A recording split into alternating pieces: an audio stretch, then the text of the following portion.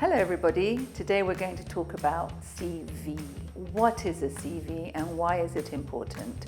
CV stands for Curriculum Vitae, which is Latin for course of life. A CV basically is like a structure of your professional and your academic life. And it is the first impression a potential employer will see. It is the first time that an employer will know any facts about you. So the layout and the format of your CV must be very, very impressive. How do we write, how do we prepare an impressive CV? A CV must be short. So a CV should just include probably the last 10 years of your work history, the last 10 years of your professional work, and in your academic or your educational background, you shouldn't really write anything below your college or your university degrees. So in your case, where you are now in the middle of a UK university degree, you should say that you are currently studying at Bucks University or Oxford Business College. So let's start with the beginning. A CV ideally should be on one page. Sometimes that is impossible, but it's the ideal situation.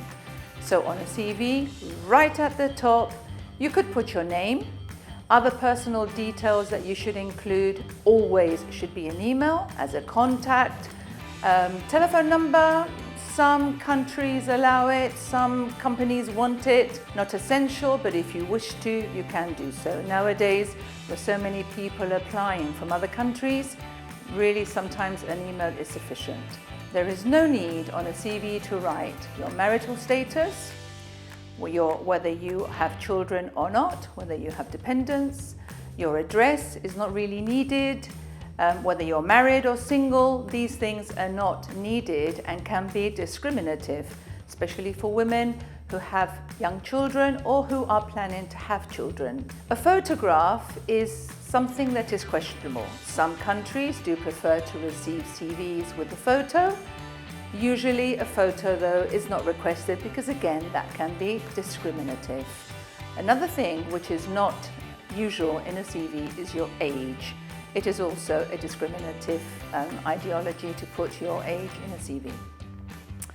Then you have your educational background, which, like I mentioned before, should be from college or university upwards, with all these certificates, awards you may have, associations that you have belonged to or you belong to.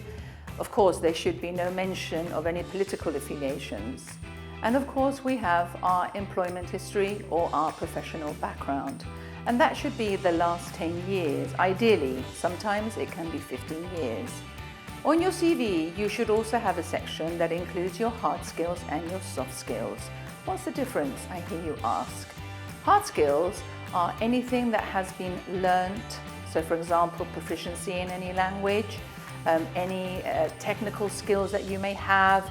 Maybe you have been taught Corel for graphic design, or you have been taught computer programming. All of those technical and linguistic skills are part of the hard skills. Any training that you have undergone would also be part of your hard skills. Soft skills are more to do with your personality attributes. So, are you a multitasker?